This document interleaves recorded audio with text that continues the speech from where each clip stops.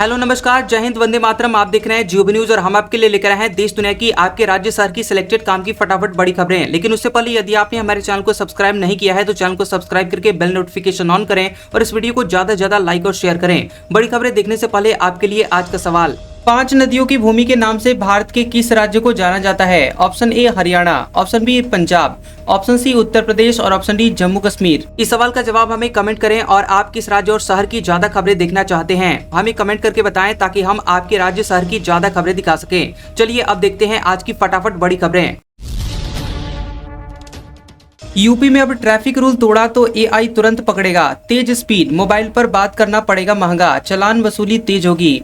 बता दें कि यूपी में हर महीने 2000 से ज्यादा लोग सड़क हादसों में जान गंवा रहे हैं। साल दर साल ये आंकड़ा बढ़ रहा है। इस साल सिर्फ जून महीने तक 14,000 से ज्यादा लोगों की जान सड़क हादसे में गई है और इन हादसों को रोकने के लिए सड़क सुरक्षा विभाग और परिवहन विभाग के सारे प्रयास फेल हो रहे हैं।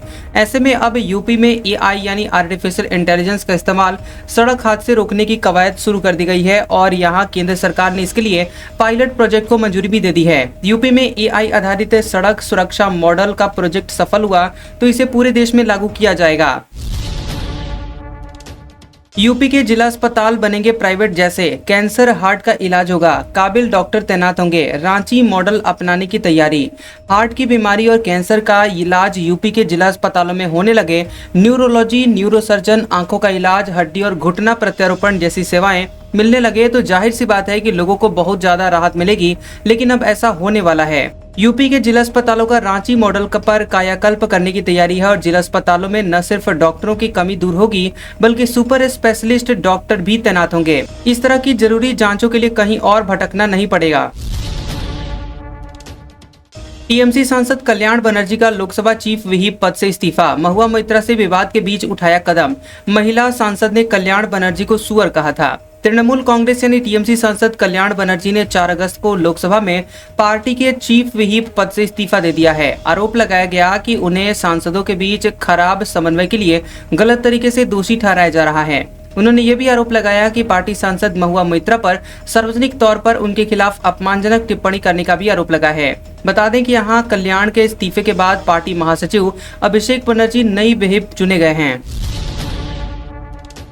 जम्मू कश्मीर को राज्य का दर्जा, सुप्रीम कोर्ट में सुनवाई 8 अगस्त को होगी। आज ही के दिन अनुच्छेद 370 हटाने के बाद सरकार ने केंद्र शासित प्रदेश बनाया था। जम्मू कश्मीर का पूर्ण राज्य का दर्जा बहाल करने की खबरों के बीच सुप्रीम कोर्ट में इस मामले पर अब 8 अगस्त को सुनवाई होगी। जम्मू कश्मीर के प्रोफेसर जहूर अहमद भट्ट और सोशल वर्कर खुर्शीद अहमद मलिक ने यह याचिका दायर की है। इसमें केंद्र सरकार को जम्मू कश्मीर का निर्धारण समय सीमा में पूर्ण राज्य का दर्जा बहाल करने का निर्देश देने की बात कही गई है। याचिका में दलील दी गई है कि जम्मू कश्मीर में पंचायती चुनाव और नगर निकाय चुनाव हो चुके हैं और मौजूदा सुरक्षा और प्रशासनिक स्थिति राज्य का दर्जा बहाल करने के अनुकूल है। लंबे समय तक राज्य का दर्जा बहाल न करना नागरिक अधिकारों का उल्लंघन है। राज्यसभा में सीआईएसएफ कमांडो बुलाने के विवाद पर हंगामा, खरगे बोले विरोध करना हमारा अधिकार। नड्डा ने कहा ये अलोकतांत्रिक तरीका। संसद मानसून सत्र के 12वें दिन विपक्ष का बिहार वोटर लिस्ट वेरिफिकेशन मामले पर प्रदर्शन जारी रहा और लोकसभा और राज्यसभा को हंगामे के बाद 2 बजे तक स्थगित करना पड़ा। कांग्रेस अध्यक्ष मल्लिकार्जुन खड़गे ने राज्यसभा में 1 जुलाई को सीआईएसएफ कमांडो को बुलाने पर विवाद सदन में उठाया। अमित शाह सबसे लंबे समय तक गृह मंत्री रहने वाले व्यक्ति बने, पद पर 2258वां दिन। 2019 में शपथ ली थी, आडवाणी का रिकॉर्ड तोड़ा। बता दें कि अमित शाह भारत के सबसे लंबे समय तक केंद्रीय गृह मंत्री रहने वाले व्यक्ति बन गए हैं। वे 2258 दिनों से पद पर हैं और शाह ने 30 मई 2019 को मोदी सरकार के दूसरे कार्यकाल में गृह मंत्री का कार्यभार संभाला था। शाह ने गृह मंत्री का पहला कार्यकाल 9 जून 2024 को पूरा किया था। 10 जून 2024 को वे फिर से गृह मंत्री बने और तब से इस पद पर हैं। गृह मंत्रालय के अलावा वे देश के पहले सहकारिता मंत्री भी हैं। इससे पहले शाह भाजपा के राष्ट्रीय अध्यक्ष और गुजरात के गृह मंत्री रह चुके हैं। बता दें कि इत्तेफाक से शाह ने सबसे लंबे समय तक गृह मंत्री रहने की उपलब्धि 5 अगस्त को हासिल की है और इसी दिन 2019 में उन्होंने संसद में जम्मू कश्मीर से आर्टिकल 370 को निरस्त करने की घोषणा की थी। इसके बाद जम्मू कश्मीर का विशेष राज्य का दर्जा खत्म हो गया था। 1971 के अखबार से भारतीय सेना का अमेरिका पर निशाना, कहा अमेरिका ने युद्ध के लिए पाकिस्तान को हथियार दिए, कल ट्रंप ने धमकी दी थी। भारतीय सेना ने 1971 के एक अखबार की कटिंग शेयर कर अमेरिका पर निशाना साधा। इसमें दिखाया गया कि 1971 के युद्ध की तैयारी में अमेरिका पाकिस्तान को हथियार दे रहा था। सेना के स्टर्न कमांड ने इस पर पोस्ट में लिखा कि इस दिन उस साल युद्ध की तैयारी 5 अगस्त 1971 फैक्ट जाने 1954 से अब तक 1971 तक पाकिस्तान को $2 अरब के अमेरिकी हथियार भेजे गए। इंडियन आर्मी का ये पोस्ट अमेरिकी राष्ट्रपति डोनाल्ड ट्रंप की भारत पर ज्यादा टैरिफ लगाने की धमकी के एक दिन बाद आया है।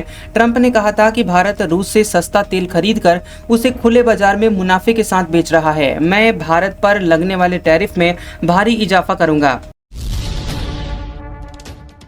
पीएम मोदी बोले, विपक्ष अपने पैर पर कुल्हाड़ी मारने में माहिर, ऑपरेशन सिंदूर पर बहस की मांग करके गलती की। एनडीए सांसदों ने प्रधानमंत्री को सम्मानित किया।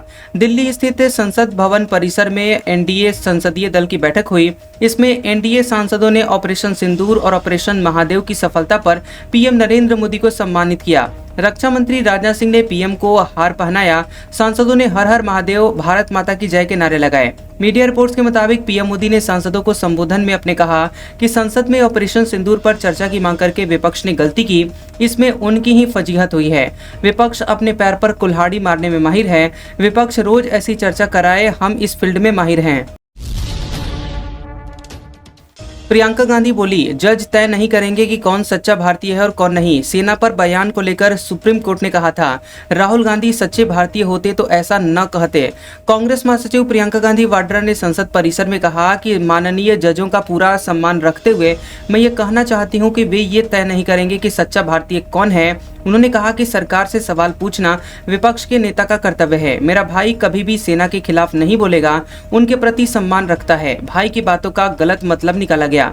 इधर संसद भवन में एनडीए संसदीय दल की बैठक में पीएम मोदी ने इसी मुद्दे पर कहा कि सुप्रीम कोर्ट की इससे बड़ी फटकार हो ही नहीं सकती। दरअसल प्रियंका गांधी का ये जवाब सुप्रीम कोर्ट के राहुल गांधी के सच्चे भारतीय होने पर सवाल उठाने पर आया है। 4 अगस्त को कांग्रेस नेता राहुल गांधी की सेना पर की गई टिप्पणी मामले पर सुनवाई के दौरान सुप्रीम कोर्ट ने नाराजगी जताई थी। जम्मू कश्मीर के पूर्व राज्यपाल सत्यपाल मलिक का हुआ निधन। बिहार समेत 4 राज्यों के राज्यपाल रहे। उनके कार्यकाल में आज ही के दिन आर्टिकल 370 हटा था। जम्मू कश्मीर के पूर्व राज्यपाल सत्यपाल मलिक का लंबी बीमारी के बाद दिल्ली के राम मनोहर लोहिया अस्पताल में निधन हो गया। उन्होंने दोपहर 1:12 पर अंतिम सांस ली। सत्यपाल मलिक लंबे समय से किडनी की बीमारी से जूझ रहे थे। 11 मई को हालत ज्यादा बिगड़ने पर उन्हें अस्पताल में भर्ती करवाया गया था। वे जम्मू कश्मीर, बिहार, गोवा और मेघालय के राज्यपाल रहे हैं। 2018 में ओडिशा के राज्यपाल का अतिरिक्त प्रभार भी उन्हें मिला था। सत्यपाल मलिक 23 अगस्त 2018 से 30 अक्टूबर 2019 तक जम्मू कश्मीर के राज्यपाल रहे और इन्हीं के कार्यकाल के दौरान 5 अगस्त 2019 को जम्मू कश्मीर से आर्टिकल 370 को हटाया गया था। उत्तराखंड के धराली में बादल फटा, गांव जमीन दो। 34 सेकंड में सैकड़ों घर, होटल मलबे में दबे।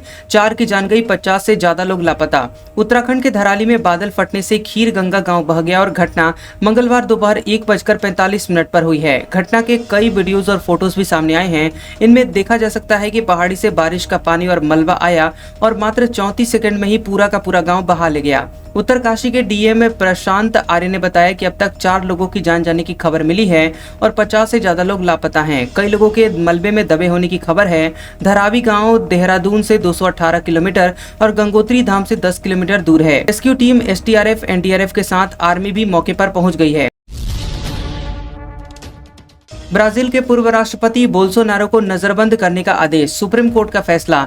चुनाव में हार के बाद तख्ता पलट की साजिश करने का आरोप। बता दें कि ब्राजील के सुप्रीम कोर्ट ने देश के पूर्व राष्ट्रपति जियर बोल्सोनारो को नजरबंद करने का आदेश दिया है। उन पर आरोप है कि उन्होंने 2022 के राष्ट्रपति के चुनाव में हार के बावजूद सत्ता में बने रहने के लिए तख्ता पलट की साजिश रची। कोर्ट ने कहा कि बोल्सोनारो ने पहले से लगाए गए एहतियाती प्रतिबंधों का उल्लंघन किया है। इस मामले की निगरानी कर रहे न्यायमूर्ति अलेक्जेंड्रे डी मोरायस ने कहा कि बोल्सोनारो ने अपने 3 सांसद बेटों के जरिए सार्वजनिक संदेश भेजे जो कि प्रतिबंध का उल्लंघन है। फिलीपींस के राष्ट्रपति से मिले पीएम मोदी, पहलगाम हमले की निंदा के लिए धन्यवाद दिया। प्रेस ब्रीफिंग में डाक टिकट जारी किए। बता दें कि फिलीपींस के राष्ट्रपति रोमुआल्डेज मार्कोस जूनियर भारत के 5 दिन के राजकीय दौरे पर हैं। उन्होंने पीएम मोदी से हैदराबाद हाउस में मुलाकात की है। प्रेस ब्रीफिंग के दौरान पीएम मोदी ने पहलगाम हमले की निंदा और आतंकवाद के खिलाफ भारत के साथ खड़े रहने के लिए फिलीपींस को शुक्रिया कहा। इस दौरान दोनों नेताओं के बीच कई समझौते यानी MOU हुए हैं और दोनों नेताओं ने एक डाक टिकट भी जारी किया। अनिल अंबानी ईडी के ऑफिस पहुंचे। 17,000 करोड़ लोन फ्रॉड मामले में पूछताछ। 1 अगस्त को लुकआउट नोटिस जारी हुआ था। बता दें कि रिलायंस ग्रुप के चेयरमैन और MD अनिल अंबानी से 5 अगस्त प्रवर्तन निदेशालय पूछताछ की और वित्तीय जांच एजेंसी ने 1 अगस्त को समन जारी कर उन्हें पेश होने के लिए कहा था। वे दिल्ली के ईडी ऑफिस पहुंचे। अनिल पर कई मामलों में कुल मिलाकर के 17,000 करोड़ रुपए के मनी लॉन्ड्रिंग और लोन फ्रॉड के मामले में यह पूछताछ होनी है और इससे पहले यस बैंक के साथ 3,000 करोड़ रुपए के लोन फ्रॉड के मामले में पूछताछ की बात कही गई थी। सुप्रीम कोर्ट से DHFL के पूर्व डायरेक्टर की जमानत रद्द। धीरज वधावन को 2 हफ्ते में सरेंडर करना होगा। 42,871 करोड़ रुपए के फ्रॉड का है आरोप। बता दें कि सुप्रीम कोर्ट ने 5 अगस्त 2025 को दीवान हाउसिंग फाइनेंस लिमिटेड DHFL के पूर्व डायरेक्टर और प्रमोटर धीरज वधावन की जमानत रद्द कर दी है। ये फैसला एक बड़े बैंक ऋण घोटाले के मामले में लिया गया है, जिसमें धीरज वधावन पर 42,871 करोड़ रुपए के घोटाले का आरोप है। कोर्ट ने उन्हें 2 हफ्तों के अंदर सरेंडर करने का आदेश दिया है। धीरज वधावन को दिल्ली हाई कोर्ट ने 9 सितंबर 2024 को बीमार होने के कारण जमानत दी थी। हाईकोर्ट ने कहा था कि धीरज एक बीमार व्यक्ति की श्रेणी में आते हैं। CBI ने इस फैसले के खिलाफ सुप्रीम कोर्ट में अपील की थी। ट्रंप की टैरिफ बढ़ाने की धमकी पर भारत बोला, अमेरिका भी तो रूस से यूरेनियम और खाद ले रहा है। जयशंकर बोले, एक देश का दबदबा नहीं चलेगा। अमेरिकी राष्ट्रपति डोनाल्ड ट्रंप ने भारत पर और ज्यादा टैरिफ लगाने की सोमवार को धमकी दी थी, जिसके बाद भारत ने पहली बार अमेरिका का नाम लेकर खुलकर जवाब दिया है। डोनाल्ड ट्रंप ने सोशल मीडिया पर लिखा था कि भारत को परवाह नहीं है कि रूस के हमले में कितने लोग मारे जा रहे हैं, इसलिए मैं भारत पर टैरिफ को बढ़ाने जा रहा हूं। इसके जवाब में भारत ने रूस से अमेरिका और यूरोपीय यूनियन यानी EU को होने वाले निर्यात का आंकड़ा जारी करके कहा कि अमेरिका अपने परमाणु उद्योग के लिए रूस से यूरेनियम हेक्साफ्लोराइड, EV उद्योग के लिए उर्वरक और रसायन का आयात जारी रखे हुए है। यही हाल EU का है। ऐसे में भारत को निशाना बनाना अनुचित और तर्कहीन है। विदेश मंत्रालय के प्रवक्ता रणधीर जायसवाल ने कहा कि भारत को निशाना बनाना गलत है। हम अपने राष्ट्रीय हितों के लिए हर जरूरी कदम उठाएंगे। इसके अलावा विदेश मंत्री एस जयशंकर ने भी एक कार्यक्रम में कहा कि दुनिया की व्यवस्था में अब किसी एक का दबदबा नहीं चलेगा। यूपी के फतेहपुर में बिजली मीटर रीडरों का धरना। वेतन कटौती, पहचान पत्र समेत 9 सूत्रीय मांगे। अधिशासी अभियंता को सौंपा शिकायत पत्र। बता दें कि उत्तर प्रदेश के फतेहपुर जनपद में कार्यरत बिजली मीटर रीडरों ने अपनी विभिन्न समस्याओं को लेकर अधिशासी अभियंता को शिकायत पत्र सौंपा है। मीटर रीडरों ने वेतन, पहचान पत्र और कार्य से जुड़ी हुई कई परेशानियों का उल्लेख किया। शिकायत पत्र में मीटर रीडरों ने बताया कि नौकरी शुरू करते समय कंपनी ने उन्हें ID कार्ड, EPFO कार्ड और ESIC कार्ड देने का वादा किया था, लेकिन अभी तक ये दस्तावेज उन्हें नहीं मिले हैं। इससे उन्हें कार्यस्थल पर अपनी पहचान साबित करने में परेशानी होती है। छत्तीसगढ़ में अब 400 यूनिट बिजली के लिए 770 रुपए ज्यादा देने होंगे। 200 की जगह 50 यूनिट फ्री मिलेगा। आपको बता दें कि छत्तीसगढ़ में हाफ बिजली बिल योजना अब पहले जैसी नहीं रह गई है। अब तक जो कि 400 यूनिट तक बिजली बिल आधा हो जाता था, अब वो छूट सिर्फ पहले 100 यूनिट तक ही सीमित कर दी गई है। मतलब ये है कि पहले जो बिजली 200 यूनिट तक फ्री मिलती थी, वो कि अब केवल 50 यूनिट ही मिलेगी।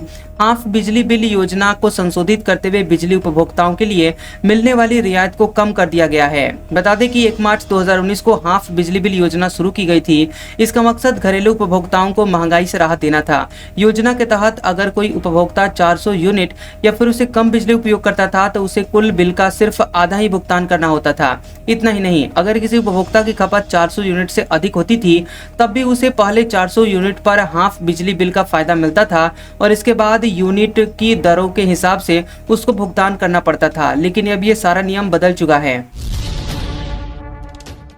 गहलोत बोले, राहुल गांधी से बड़ा देशभक्त कौन हो सकता है। चीनी घुसपैठ की जानकारी इंटरनेट पर मौजूद है। उन्होंने कोई गोपनीय जानकारी साझा नहीं की। चीनी घुसपैठ को लेकर राहुल गांधी के बयानों पर सुप्रीम कोर्ट की टिप्पणी के बाद अब पूर्व CM अशोक गहलोत ने उनका बचाव किया है। गहलोत ने राहुल गांधी का समर्थन करते हुए कहा कि राहुल गांधी ने कोई गोपनीय जानकारी साझा नहीं की है। चीनी घुसपैठ की जानकारी इंटरनेट और विश्वसनीय स्रोतों पर मौजूद है, उनसे बड़ा देशभक्त कौन हो सकता है। गहलोत ने इस पर लिखा कि राहुल गांधी ने कोई गोपनीय जानकारी साझा नहीं की है। गलवान में चीन घुसपैठ और झड़प जिसमें 20 भारतीय सैनिक शहीद हुए थे की जानकारी पहले से ही सार्वजनिक रूप से मौजूद है। चीन की ओर से भारत में लगभग 2000 किलोमीटर तक की घुसपैठ और उससे संबंधित जगहों की जानकारी भी इंटरनेट और मीडिया में विश्वसनीय स्रोतों पर उपलब्ध है। आज का सुविचार, खुशियों को लोग बाहर ढूंढते हैं लेकिन यह आपके अंदर ही होती है। खुशी आपके संतुष्टता पर निर्भर करती है। यदि आप संतुष्ट हैं तो आप खुश हैं, वरना आप तमाम दौलत हासिल कर लें, आप संतुष्ट नहीं हैं तो आप खुश कभी भी नहीं हो सकते। कैसा लगा ये वीडियो हमें कमेंट सेक्शन में जरूर बताएं। वीडियो पसंद आया हो तो वीडियो को लाइक और शेयर करें और ऐसी इंटरेस्टिंग वीडियोस देखने के लिए हमारे चैनल जियोबी न्यूज को सब्सक्राइब करें और बेल आइकॉन को दबाएं। और हमारे ओल्ड और लेटेस्ट वीडियोस देखने के लिए हमारे प्लेलिस्ट और कम्युनिटी टैब को जरूर चेक करें। तो मिलते हैं अगले वीडियो में, तब तक के लिए आपका शुक्रिया।